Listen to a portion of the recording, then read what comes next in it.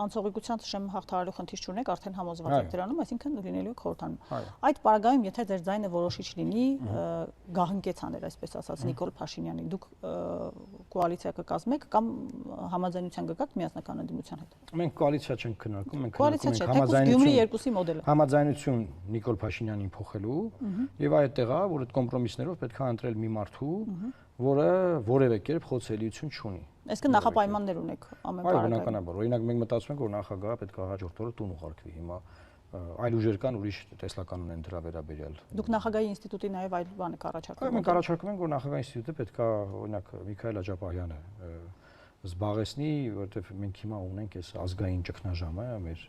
արժեքների, մեր կրոնի, մեր պատմական հիշողության եւ ամեն ազգ հիմա փորձում է իր ազգային ինքնությունը առաջ մղել։ Մեր ինքնությունը հիմա ճգնաժամի մեջ է, դիվերսիոն հարձակման տակ է Ադրբեջանից, կամ այդ ոնց որ իրանք սիրում են ասել, հիբրիդային պատերազմ։ Դե համար մենք պետք է այդ մասը ուժեղացնենք։ Եվ ավելին ասեմ, չպետք է հանրապետության նախագահը լինի որևէ մեկի կոֆե դնողը։ Պետք է մարդ լինի, որը նույնպես հակակշիռների մեխանիզմ դեր խաղա։ Բայց համաձայն չէ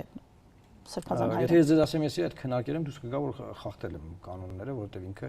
հիմա նախաքննության տակ է, նախաքննության չի, դատական արգելքների տակ է։ Ոչ ոք չգիտի ինքը համաձայն է թե համաձայն չի։ Հիմա փաստացի, եթե ձեր ձայները լինեն որոշիչ, ձեր կուսակցության, դուք ունեք կմիանաք ընդդիմությանը, բայց նախապայմաններ ունեք։ Այո, անկասկած, մենք ասել ենք չենք ընտրի Ռոբերտ Քոչարյանին, բացառված է։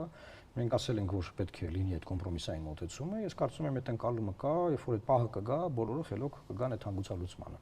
որովհետև հանուն այդ իշխանությունը փոխելուն բոլորը պետք է իրենց էգոները դնեն մի կողմ։ Դե ես չեմ ասում, այդ պարագայում դուք էլ պետք է դնեք։ Ես դա դրած եմ խոսում, այսինքն իմ մերտաբերությունը։ Չէ, բայց նախապայման ունենալը, որ այսպես պետք է լինի, որ միանամ, արդեն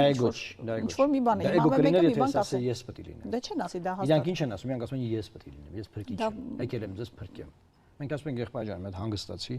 լավ է, նորմալ է, սախ, դու ֆրակցիա ունես, բան, հաշվի ենք նստենք քո ֆրակցիայի հետ, բայց այս լուծումը կոմպրոմիսային վարչապետի լուծումն է։ Մենք հավես չունենք բանից, մի խնդրից դուրս գանք ընկնենք ուրիշ խնդրի մեջ։ Հիմա եթե ընդդիմությունը 4 խմբակցություն չհամաձայնի ձեր այդ տարբերակին, դուք ինչ եք անում, շարունակում եք ներկայացնել։ Ես տվյալներն եմ, որ իրանք համաձայն են։